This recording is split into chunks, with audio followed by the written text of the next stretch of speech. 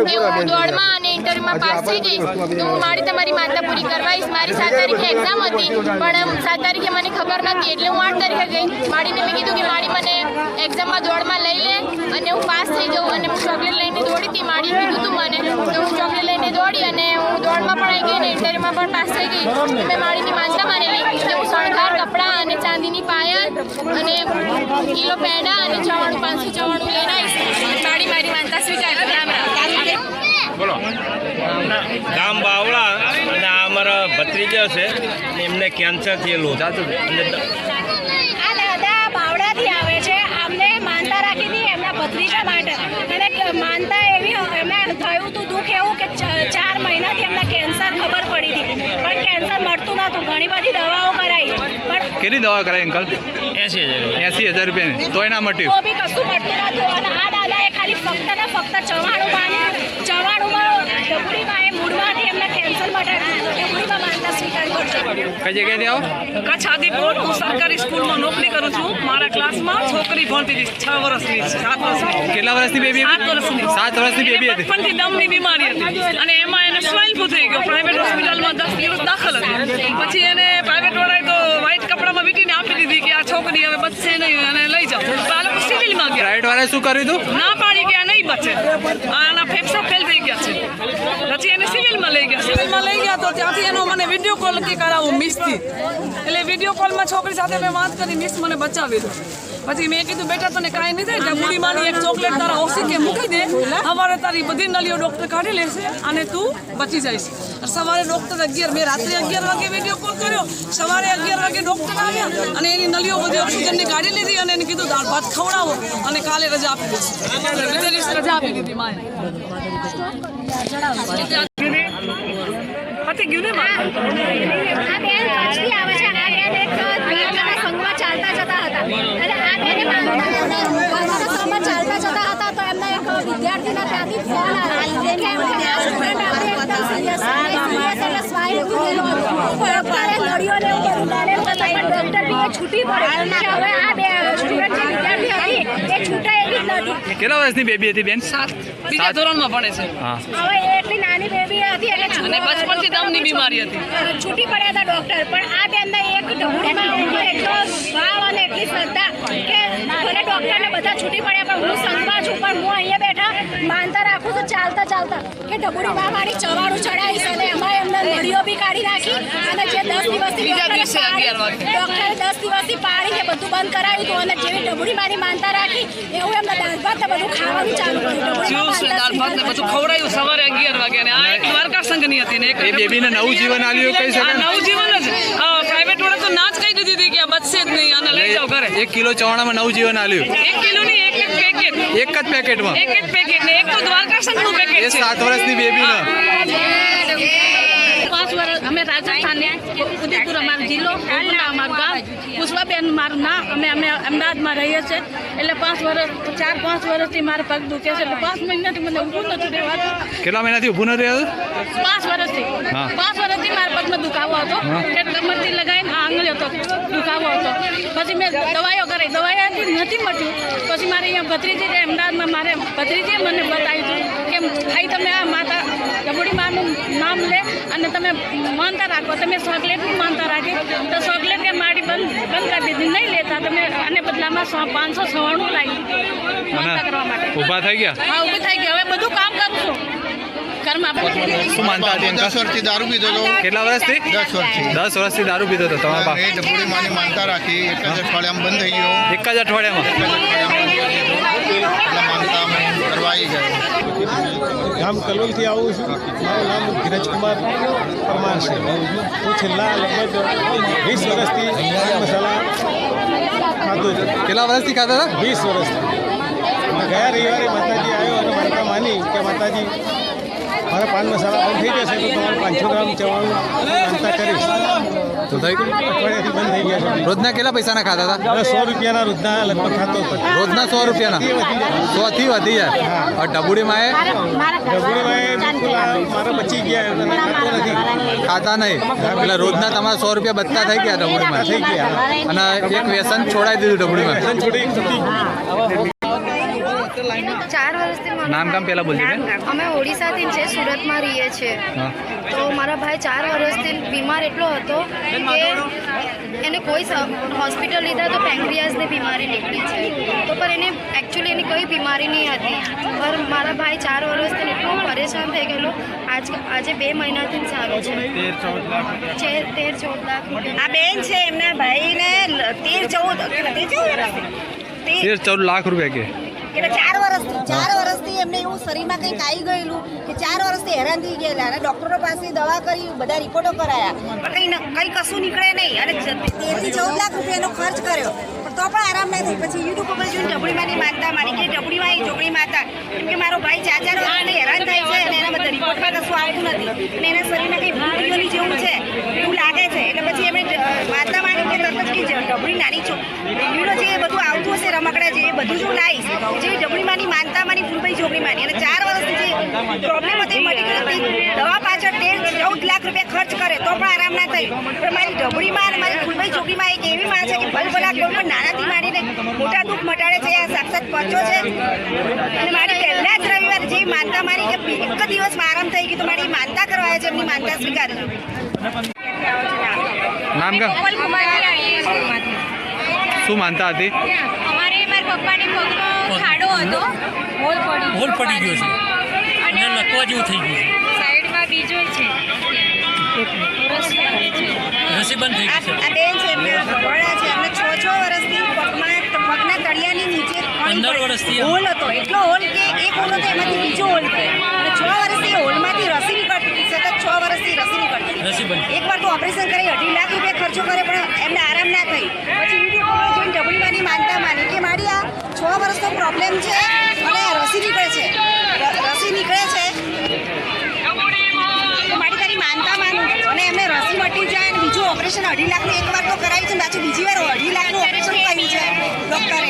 હું તમારી માનતા જેવી ડબડીમાંની માનતામાંની જોગણીમાંની અને માનતા માન્યા પછી તરત જ એમના પગમાં જે રસી 6 વર્ષથી રસી નીકળતી હતી એ રસી બંધ થઈ ગઈ અને જે હોલ બે પડ્યા હતા એ પણ વગર ઓપરેશને સારા થઈ ગયા અને મારી ભાઈ જોગણીમાં ડબડીમાં 2.5 લાખ રૂપિયાનો ખર્ચ બચાવ્યો છે. મારી એ માનતા કરવા આવ્યા છે, એમની માનતા સ્વીકારજો. મારું નામ પ્રજાપતિ મધુબેન, હું છઠિયાણાની છું. મારા એક વ્યક્તિ 4 વર્ષથી પૈસા ગાળ્યા હતા તે નહોતું આપતો. ફોન કરું તો કેટલા વર્ષથી ગાળ્યા હતા પૈસા? 4 વર્ષથી. કેટલા પૈસા હતા? 60,000. 60,000 રૂપિયા. હા. અને 4 વર્ષથી નતો આપતો? 4 વર્ષથી નહોતો આપતો મને. તો હું 12 મિનિટ ફોન કરું તો ફોને પણ નહોતો ઉપાડતો. મેં ડબુડીમાંની બાધા રાખી. માનતા રાખી ડબડીમાંની? હા, ડબુડીમાંની માનતા રાખી કે માં મારા પૈસા આવી જશે ને તો 5,000 તારા 60,000 રૂપિયા છે, તારા 5,000 તારા પારા મેળો. તો 15 દિવસ મને હોમા પગલે ફોન કર્યો કે મધુબેન હું તમારા પૈસા આપી દે, ચિંતા કરશો નહીં. અને 15 તારીખે પૈસા એને આપી દે તો 15 તારીખે મને 2 વાગે પૈસા એને આપી દો તો માના પારા માનતા પૂરી કરવાની 5,000 મેળવા આવીશું માને. અમદાવાદથી આવું છું. મારે શું કહેવાય ફોરેનના વિઝા લીધા દુબઈ. કયા દેશના જોતા હતા? દુબઈના. દુબઈના. હા. કેટલા વર્ષથી ટ્રાય કરતા હતા? 3-4 વર્ષ. 3-4 વર્ષથી. હા, તો મારીને મેં માનતા રાખી તો એક મહિનાની અંદર મળી ગયા મને. એક જ મહિનામાં મળી ગયા. કેટલા વર્ષથી ટ્રાય કરતા હતા? 3-4 વર્ષથી. 3-4 વર્ષથી નતો મેર પડતો. અને ડબુડીમાં એક જ મહિનાની અંદર. એક જ મહિનામાં. મારું ગામ તાલુકો હારીજ જિલ્લો પાટણ. હું વતની છું. મારું નામ મુકેશભાઈ હીરાભાઈ શ્રોફ. મને છેલ્લા 5 વર્ષથી પગની તકલીફ. કેટલા વર્ષથી તકલીફ? 5 વર્ષથી નસોની તકલીફ. પગની બે નસો. એ પગની નસો રાત્રે ખેંચાઈ જાય. પછી ડૉક્ટરે બધા ડૉક્ટર કે આની કોઈ દવા હોય નહીં. પછી મેં ડબડીમાંની માનતા રાખી તો બીજા દિવસથી આરામ તો અઠવાડિયામાં તો કમ્પ્લીટ બે પગની નસોનો આરામ થઈ ગયો, મટી ગયો. નામ ગામ બોલો બોલો. નામ ગામ કુંવર. કઈ જગ્યાએથી આવો? અમે સમીદારા. શું નામ તમારું? મારું નામ જસીબિયા. શું રાખી હતી રબડીમાં માનતા? માનતા જીરું સારું પાકશે, બગાડ નહીં આવે. કેટલા વીઘા આવ્યું હતું જીરું? 20 વીઘામાં. 20 વીઘા જીરું આવ્યું હતું. હા, અને જીરું સારું પાકશે અને તો હું લાવીશ માતાજી જીરું 5 કિલો એમ. અને બગાડ આવ્યો તો? ના, બગાડ નતો આવ્યો. માતાજી લઈને અસલ પાક્યું એમ. અસલ પાક્યું? હા, મસ્ત પાક્યું જીરું. કેટલા લાખનું થયું જીરું? જીરું 5-6 લાખનું. 5-6 લાખનું. ગામ ચાંદખેડા. મારું નામ માલવિકાબેન પંડ્યા ચેતનકુમાર. મારા 2 બેબી હતી હતી જો બાબાની બાધા રાખી માનતા રાખી હતી. માનતા રાખી હતી તો બાબુ આવો અને બાબુ આવ્યો બાધા પૂરી માનતા પૂરી કરવા. માનતા પૂરી કરવા આવીશ. કેટલી બેબી હતી તમારે? 2 બેબી 2 બેબી. અને મનોમન તમે પ્રાર્થના કરી ડબુડી માને. કરી ડબુડી માની કે મારો બાબુ આવો હા. અને ડબુડી માં મારી માનતા પૂરી કરી હા. આજ બાધા કરવા માનતા કરો. કરવા આવીશ. અને આજ બાબો આવ્યો. બાબુ આવ્યો 3 મહિનાનો થયો. 3 મહિનાનો થયા બાબો.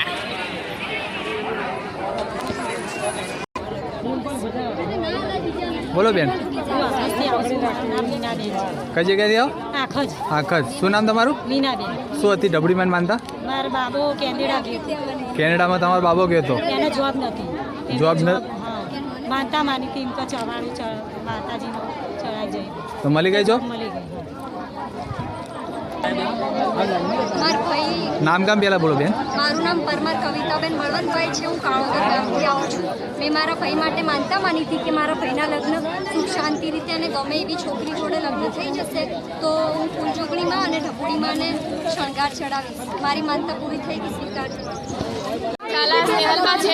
હું અમદાવાદથી આવી છું. મેં ટ્રાફિક પોલીસમાં ફોર્મ કર્યું હતું અને મેં ઢબુડીમાંની માનતા માનેલી કે હું દોડમાં અને ઇન્ટરવ્યુમાં પાસ થઈ જઈશ તો હું તમારી માનતા પૂરી કરવાઈશ. મારી 7 તારીખે એક્ઝામ હતી પણ 7 તારીખે મને ખબર નથી એટલે હું 8 તારીખે ગઈ. માડીને મેં કીધું કે માડી મને એક્ઝામમાં દોડમાં લઈ લે અને હું પાસ થઈ જાઉં. અને હું ચોકલેટ લઈને દોડી હતી. માડીએ કીધું હતું મને તો હું ચોકલેટ લઈને દોડી અને હું દોડમાં પણ આવી ગઈ અને ઇન્ટરવ્યુમાં પણ પાસ થઈ ગઈ. મેં માડીની માનતા માનેલી કે હું શણગાર કપડાં અને ચાંદીની પાયલ અને કિલો પેડા અને 594 લઈને આવીશ. માડી મારી માનતા સ્વીકાર કરી. રામ રામ. બોલો. ગામ બાવળા અને આ અમારા ભત્રીજા છે એમને કેન્સર થયેલું અને આ દાદા બાવડાથી આવે છે. અમને માનતા રાખી હતી એમના ભત્રીજા માટે અને માનતા એવી એમને થયું હતું દુઃખ એવું કે 4 મહિનાથી એમને કેન્સર ખબર પડી હતી પણ કેન્સર મળતું નહોતું. ઘણી બધી દવાઓ કરાવી પણ કેટલી દવા કરાવી અંકલ? 80,000 રૂપિયાની. તોય ના મટ્યું? તો બી કશું મળતું નહોતું. અને આ દાદાએ ખાલી ફક્ત ને ફક્ત ચવાણુંમાં ડબુડીમાં એ મૂળમાંથી એમને કેન્સર મટાડ્યું. ડબુડીમાં માનતા સ્વીકાર કરજો. કઈ જગ્યાએથી આવો?